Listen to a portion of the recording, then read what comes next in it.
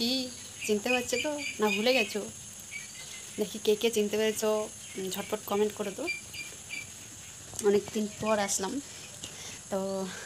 Hello guys, good morning. তোমরা সবাই কেমন আছো? আশা করছি যে যেখানে আছো ভালো আছো, সুস্থ আছো। তোমাদের সবার আশীর্বাদে আমি এখন ভালো আছি। তো হুজাই জেলার ছোট্ট একটি গ্রাম থেকে আমি বুগলি নিয়ে চলে আসলাম তোমাদের জন্য একটি ভিডিও, ছোট্ট মোটো ভিডিও। প্রায় 2 মাস পর ব্লগ ভিডিও আসছে। তো তোমরা সবাই কেমন আছো একটু জানিও। আর তোমাদের কাছে আজকে আবার একটা অনুরোধ করব, তোমরা সবাই একটু আমার পাশে থেকো। ভাববে যে আজ থেকে নতুন ভিডিও স্টার্ট করলাম আবার। তোমরা সবাই একটু পাশে থেকো, সাথে থেকো।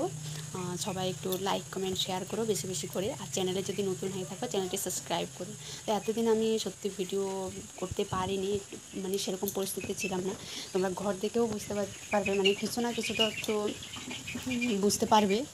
এরকম পুরো অন্ধকার হয়ে গেছে। ঘরের ভিতরে অন্ধকার, কারেন্ট নেই, বৃষ্টি হচ্ছে সকাল থেকে, প্রচুর বৃষ্টি। সকাল থেকে নয়, কালকে থেকে বৃষ্টি হচ্ছে। পরশুদিনই বৃষ্টি স্টার্ট হয়েছে। তো বৃষ্টি কালকেও পড়ছে, আজকেও পড়ছে, এখনও সারা রাত্র বৃষ্টি পড়ছে। তো তোমাদের সাথে একটু কথা বলতে আসলাম। তো আমি তো সেই কবে ভাড়া রুম থেকে আসার পর আর কি জানি আমি ব্লগ ভিডিও দিয়েছি কিনা তোমাদের কাছে আমি বলতে পারি না। তো আজকে হচ্ছে কত তারিখ? আজ হচ্ছে সেপ্টেম্বরের 14 তারিখ। তো আজকে থেকে আমি আবার ভিডিও স্টার্ট করলাম, সবাই একটু পাশে থেকো।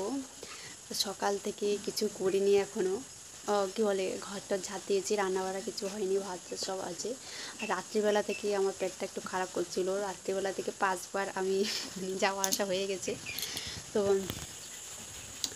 আর বাবু আছে মায়েদের বাড়িতে, আমি আমার ঘরে আছি।